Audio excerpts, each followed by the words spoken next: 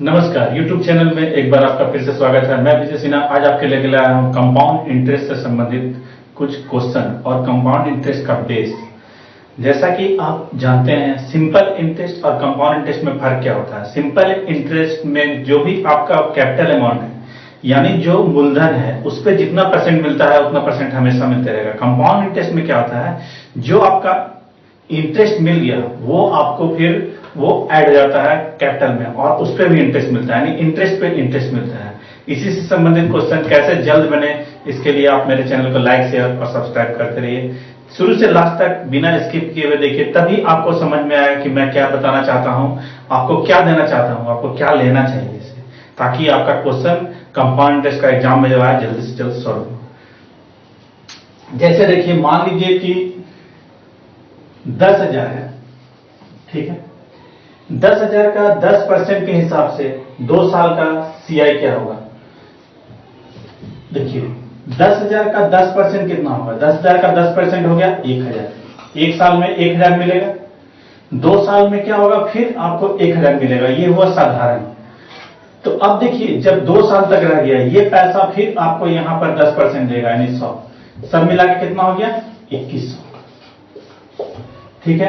अब अगर 3 साल के लिए बोला जाए तब क्या होगा। 3 साल के लिए बोलेगा तो मूलधन पे तो आपको मिलेगा, मूलधन पे कितना मिलेगा, 1,000 रुपया। अब देखिए, ये जो 100 रुपया यहां दिया, यही पैसा फिर 100 रुपया यहां देगा, यानी 100 रुपया यहां हुआ। इसके बाद फिर क्या हुआ कि ये जो आपका 1,000 है, ये फिर अगला साल देगा 100 रुपया। अब ये जो 100 है, इस पे कितना मिलेगा, 10, यानी कितना हो गया, ये सबको जोड़िएगा 3,310। ठीक है। अब अगर मान लीजिए 4 साल रहता है तो फिर आप एक एक करके हाथ नहीं उठाना, आप पहले यहां पर हाथ रखिए। ये क्या हुआ, मूलधन, मूलधन पे कितना मिलेगा, 1,000।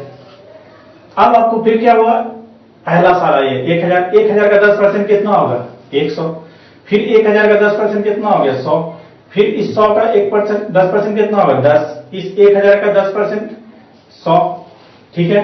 इस 100 का 10, इस 100 का 10 और इस 10 का कितना होगा, 1। सबको आप जोड़ दीजिए, वही आपका ये हो गया। ठीक है। इस तरह से आपको निकालना है, लेकिन ये सिर्फ आपका बेस है। आपको करना क्या है, एग्जाम में क्या करना है। जैसे मान लीजिए कि 2 साल का बोला जाए तो 2 साल का तो यहां तक आपका 2,100 हो गया। अब आपको जो ये पूंजी है, ये कहां कहां से आ रहा है, ये पूंजी आपका मूलधन पे है, यानी मूलधन पर क्या हो गया, 10 इस पे दे दीजिए, 1,000 रुपया आप इसमें ऐड कर दीजिए। अब ये जो है आपका, और जो बाकी जो ये जो पैसा है, ये कहां का पैसा है, ये सारा पैसा यहां का है। ठीक है। यानी यहां जो पैसा मिला इसी के कारण ये नीचे है। तो यहां तक कितना आपका हुआ, 2,100 हुआ। यानी आपको इधर आप कैलकुलेशन नहीं करना है। 2,100 का 10% निकालिए, कितना होगा, 210। आप जोड़ दीजिए, कितना होगा, 1 3 3310। अगर 4 साल बोला जाए तो यहां तो जोड़िएगा तो आप टाइम आपका बर्बाद होगा। यहां 3 साल तक आपको मालूम चल गया। चौथा साल क्या है कि ये जो मूलधन है, इस पे आपको 1,000 मिलेगा।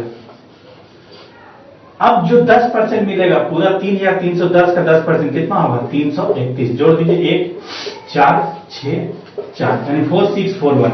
इस तरह से ये हो गया आपका 3 साल का। अगर 3 साल तक का हो गया, 1 साल 2 साल 3 साल, ये 4 साल का हो गया। ठीक है। 3 साल तक यहां मिला था, चौथा साल ये। अगर 5वां साल बोला जाए तब क्या कीजिएगा, 5वां साल बोलेगा तो मूलधन को पकड़िए, मूलधन पे कितना होगा, 1,000। अब प्लस इस सब को जोड़ दीजिए एक साथ। इसका 10% कितना होगा, 464 रुपया 10 पैसा। इससे पहले आपको परसेंटेज कैसे शॉर्ट में निकाले थे मैं बता चुका हूं। अगर आप पीछे मेरा प्रीवियस जो लोड किए हैं उसमें आप परसेंटेज का देख सकते हैं, ताकि आपको ये आसान लगे कि आखिर परसेंटेज इतना जल्दी कैसे निकाला जाए। तो इसका 10% निकालिए, इतना होगा।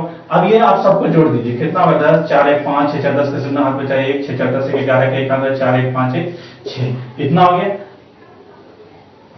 इस तरह से आप कंपाउंड इंटरेस्ट का कोई भी क्वेश्चन जिसमें निकालना है 3 साल 4 साल 5 साल, उसको आप आसानी से निकाल सकते हैं। ये तो हुआ आपका बेस। अब कोई क्वेश्चन देख लीजिए। जैसे एक क्वेश्चन देखिए, 9,000 रुपया है, ठीक है। 9,000 रुपया का 10% के हिसाब से 2 साल का चक्रवृद्धि ब्याज क्या होगा।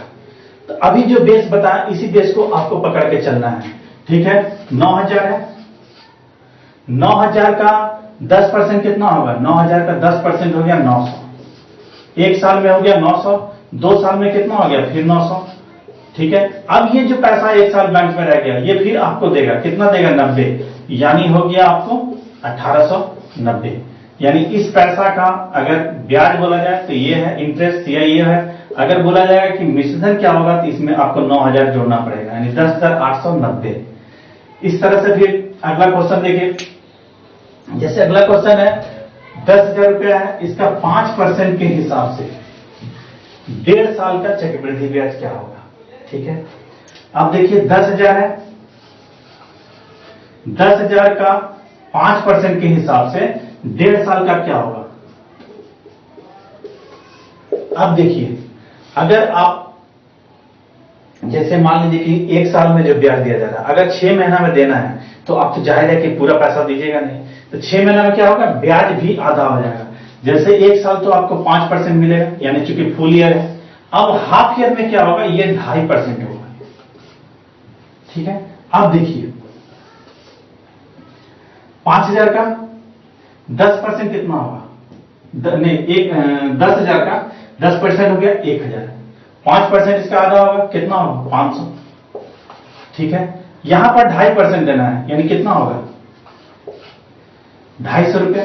अब इसका काम खत्म हो गया, ये पैसा को अब यहां पर देना है आपको 2.5%। तो देखिए, अगर यहां 2.5% निकाला तो कैसे निकालना है वो चीज देखिए। पहले 10% कितना होगा, 50, 5% कितना होगा, 50 का आधा कितना, 25। अब 5 का आधा करना है तब आपको 2.5% होगा, यानी 25 का आधा कितना होगा, 12.5, यानी 12.5 इसमें जोड़ दीजिए। ठीक है, 0.5, 2, 5 1 6, 5 2 7, यानी 762 रुपया 50 पैसा। इसी तरह से फिर अगला क्वेश्चन देखिए, अगला क्वेश्चन है, जैसे क्वेश्चन है आपका 20,000 रुपया है, इसका 20% के हिसाब से 1.5 साल का चक्रवृद्धि ब्याज क्या होगा। ठीक है, 20,000 है, ठीक है, 20,000 आपका मूलधन है, 20% है, 1.5 साल का निकालना है। लेकिन आपको यहां पर जो आपका ब्याज है वो 6 माही देना है, यानी हर 6 महीना पे आपको काउंटिंग करना है। तो देखिए 20,000 का अगर 20% पूरा 1 साल का है तो 6 महीना में कितना होगा, 10%, यानी 10%, 10% और 10%, यानी आपको 6 महीना 6 महीना 6 महीना सब मिला के 1.5 साल हुआ। ये कैलकुलेशन आप माइंड में कर लीजिएगा। आप देखिए 20,000 रुपया है, ठीक है, 20,000 का 10% कितना होगा, 20,000 का 10% हो गया 2,000, यानी पहले आंख बंद करके आप 2,000 3 बार लिख दीजिए। ठीक है, ये तो आपका मूलधन का काम हो गया। अब आपको ब्याज पे आइए, इस ब्याज का ब्याज कितना मिलेगा, यहां पर कितना मिलेगा, 200, यहां कितना मिलेगा, 200, इसका काम हो गया। अब ये पैसा को पकड़िए, ये यहां पर फिर क्या देगा, 200। अब एक पैसा और बचा हुआ 200, ये 200 का 10% कितना होगा, 20 रुपया, सबको जोड़ दीजिए, 6,620 रुपया। इस तरह से आप छोटा छोटा करके आप जल्द से जल्द निकाल दें, क्योंकि अगर लॉन्ग मेथड में जा रहे हैं तब आपका कैलकुलेशन क्या होगा, वो लंबा होगा। आपको हमेशा कैलकुलेशन से बचना है ताकि टाइम बचे आपका। अब देखिए किसी धनराशि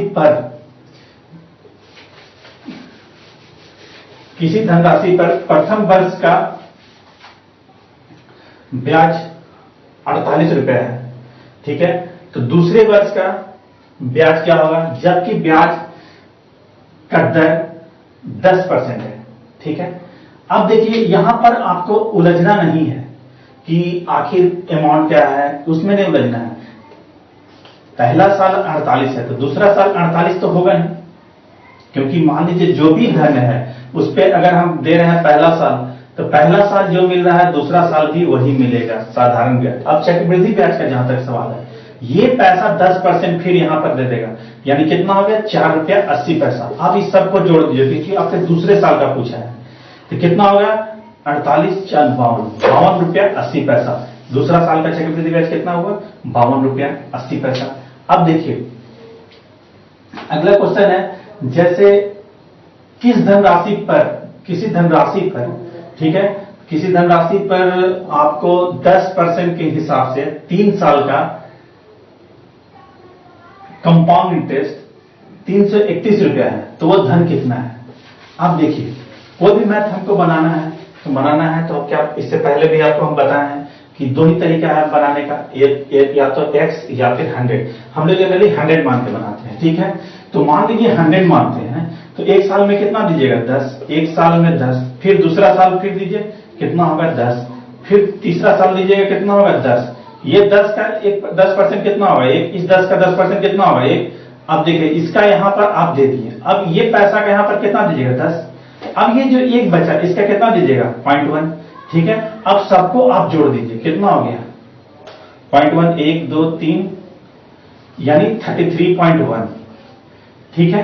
अब देखिए अगर आप 33.1 दे रहे हैं, इसके जगह दिया हुआ 331, यानी इसका ये 10 गुना है।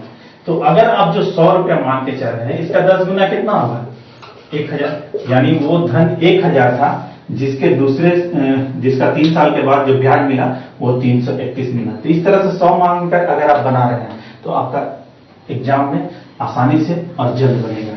अगला क्वेश्चन है, कोई धनराशि है, ठीक है, जिसमें 2 साल का साधारण ब्याज 100 रुपया है, ठीक है, और रेट है 5%।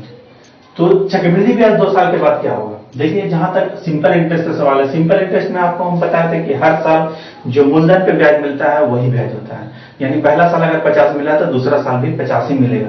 मान लीजिए 100 मिला है 2 साल में, इसको आप 2 से काटिए, कितना हो गया 50 और 50, ठीक है। यानी इस तरह से आपको जो एसआई मिला होगा वो ये है। अगर कंपाउंड इंटरेस्ट रहता है तो ये जो एक साल जो पैसा बैंक में रह गया ये फिर आपको 5% देगा। 10% कितना हो गया 5 रुपया, 5 का फिर आधा कीजिए, चूंकि आपको 5% चाहिए, कितना होगा 2.5 रुपया, यानी सबको जोड़ दीजिए कितना हो गया 102 रुपया 50 पैसा। यानी अगर 100 रुपया रहता, अगर वो चक्रवृद्धि ब्याज पर देते, जो भी धन है धन से मतलब नहीं है, कभी धन पूछा नहीं गया है, तो उसका क्या होता आपका 102 रुपया 50 पैसा। अब अगला क्वेश्चन है, अर्धवार्षिक रूप से संयोजित 10,000 रुपया, अर्धवार्षिक रूप से संयोजित 10,000 रुपया 20% की दर से कितने समय में 13310 रुपया हो जाएगा। देखिए 20% रेट है और 10,000, ठीक है। और जब अर्धवार्षिक है तो आप इसको सीधे आधा कीजिए, कितना होगा 10%, यानी 10% के हिसाब से आप यहां पर देखिए आपको एक लमसम में निकालना है। तो देखिए कितना बढ़ रहा है, आप इसमें से 10,000 घटा दीजिए, कितना बढ़ रहा है 3,310। अब आपको मन में ये चीज सोच के चलना पड़ेगा कि आखिर ये 3,310 किस हिसाब से होगा। अगर 3 साल में मान लेते 1,000 में, एक साल में कितना होगा 1,000 करके बढ़ रहा है, आपको यहां पर लेके चलिए। देखिए 1,000 अभी तो पूरा नहीं हुआ, आपको यहां तक पहुंचना है। 2 साल में कितना होगा 1,000, फिर कितना होगा 100, यहां पर कितना होगा 2100। अब देखिए 100 और जोड़िए, 1,000 और जोड़िएगा, कितना हुआ 6 महीना, 6 महीना और यहां पर हुआ 6 महीना, ये पैसा फिर देगा 210। आप सबको जोड़ दीजिए, कितना हो जा रहा है 3,310 हो जा रहा है, यानी कितना हो गया 6 महीना, 6 महीना, ठीक है, 6 मंथ, 6 मंथ, यहां पर 6 मंथ, यानी कितना हो गया 1.5 साल। 1.5 साल में वह राशि कितना हो जाएगा, 1.5 साल में वह राशि हो जाएगा आपका 3,310। इस तरह से आप कंपाउंड इंटरेस्ट में एक एक क्वेश्चन करके धीरे धीरे समझ कर आप प्रैक्टिस कीजिए। जब प्रैक्टिस हो जाएगा तो ऑटोमेटिक आपका फास्ट हो जाएगा। मेरे चैनल को लाइक शेयर और सब्सक्राइब जरूर करें, और पसंद आए तो अपने दोस्तों में भी शेयर करें ताकि मुझे मोटिवेशन मिलता रहे। धन्यवाद।